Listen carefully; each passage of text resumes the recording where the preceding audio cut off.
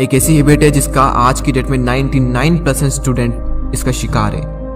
The habit of procrastination, टालने की आदत। ये एक ऐसी हैबिट है जिसने ना जाने कितनों की जिंदगी बर्बाद की है, ना जाने कितनों के सपने को मारा है इस एक हैबिट ने। हम बोलते तो हैं कि इस काम को मैं बाद में कर लूंगा, मैं बाद में पढ़ लूंगा, लेकिन हम क्यों बोलते हैं? हम किसी भी काम को कल पर क्यों टालते हैं? इसके पीछे क्या रीजन है? ध्यान से समझने इस बात को, क्योंकि जो मैं बताने वाला हूँ थोड़ा डीप है, लेकिन अगर समझ गए तो बहुत कुछ अच्छा हो सकता है इस वीडियो को देखने के बाद। हम सिर्फ उन्हीं कामों को कल पर टालते हैं जो हमारे लिए अर्जेंट नहीं होते हैं और हमारे इंटरेस्ट एरिया में नहीं होते हैं। जब कोई काम हमारे लिए बहुत ज़्यादा अर्जेंट हो जाता है तब हम उसको नहीं टालते, क्योंकि वहाँ पर डू और डाई वाली कंडीशन क्रिएट हो जाती है। वहाँ पर टालने के लिए कोई ऑप्शन होता ही नहीं है।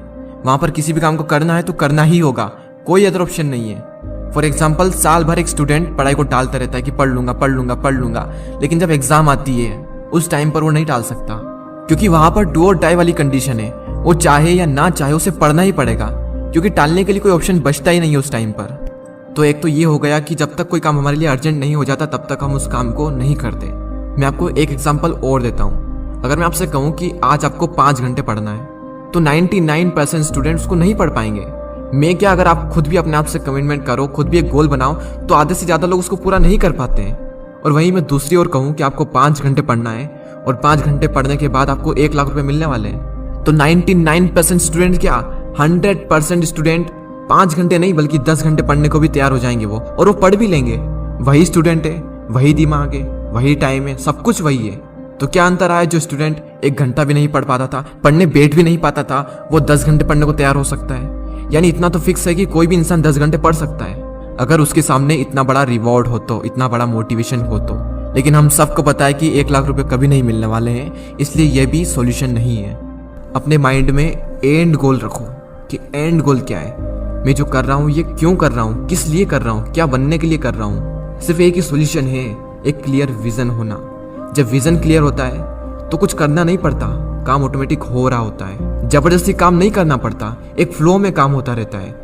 यानी आप पढ़ रहे हो तो क्यों पढ़ रहे हो, क्या बनना है, क्या करना है, उसकी एग्जैक्ट पिक्चर क्लियर माइंड में रखो, उसको विजुलाइज करो, उसको फील करो और खुद को फील कराओ कि वहां जाने के लिए, वो करने के लिए, वो बनने के लिए मुझे पढ़ना तो पड़ेगा। तो जब मुझे पता है कि पढ़ना पड़ेगा तो मैं क्यों नहीं पढ़ रहा हूँ? अपने आप को फील कराओ कि अगर मैं नहीं पढ़ा तो मैं यहीं रह जाऊंगा जहां पर मैं हूँ, और अपने गोल्स को अचीव कैसे करूंगा। बड़े बड़े सपने हैं, बड़ी बड़ी ख्वाहिशें, सब कुछ मिलना चाहिए, बस जो करना है उसको करना पड़ेगा।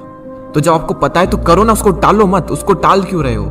फिक्स कर लिया है 2 घंटे पढ़ना है तो पढ़ना है, तो अपने आप से सवाल करो कि क्या 24 घंटे में से क्या मैं 2 घंटे भी अपने सपनों के लिए नहीं निकाल सकता? कुछ लोग तो 24 घंटे में से 12-12 घंटे तक काम कर सकते हैं, 12-12 घंटे तक काम करते हैं, बल्कि क्योंकि उनका विजन एकदम क्लियर है। उनको सुबह उठने में आलस नहीं आते, काम करने में आलस नहीं आते, बल्कि अंदर से सेटिस्फेक्शन मिलता है, खुशी मिलती है। वो डेली खुद को ये फील कराते हैं, खुद का किया हुआ प्रॉमिस पूरा करते हैं कि आज भी मैंने जो किया वो मुझे अपने गोल की ओर ले जा रहा है, आज भी मैंने अपने सपनों के लिए काम किया। यही उनके लिए खुशी है, वही उनके लिए मजा है और यही इनके लिए इंटरेस्ट एरिया है। तो आज से टालना नहीं है, किसी भी काम को टालना है, लेकिन टालने की आदत को टालना है।